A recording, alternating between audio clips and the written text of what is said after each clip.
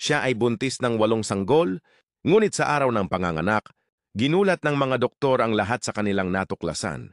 Si Laura ay ang nag-iisang babae na nagbuntis ng 8 sanggol, ngunit makalipas ang ilang araw, nagbago ng husto ang kanyang buhay. Sinabi ni Laura sa lahat na siya ay buntis ng octuplets. Ngunit tumanggi siyang magpatingin sa doktor.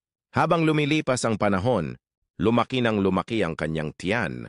At ilang buwan lang, ginulat niya ang lahat sa laki ng kanyang tiyan. Isang araw nakaramdam siya ng sakit sa kanyang tiyan. Lahat ay nagmungkahi na pumunta siya sa ospital upang masuri kung ayos ang mga sanggol sa kanyang sinapupunan, ngunit mariing tumanggi si Laura.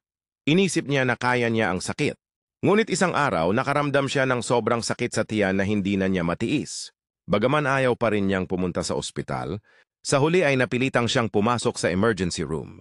Ngunit habang ginagawa ang ultrasound, bigla na lang sumigaw ang doktor. Lumabas na hindi pala siya buntis ng 8 sanggol at mas malubha pa ang sitwasyon kaysa sa inaakala niya. Kung gusto mong ipagpatuloy ang kwento, pindutin ang plus sign at pakifollow si Manong Kanor.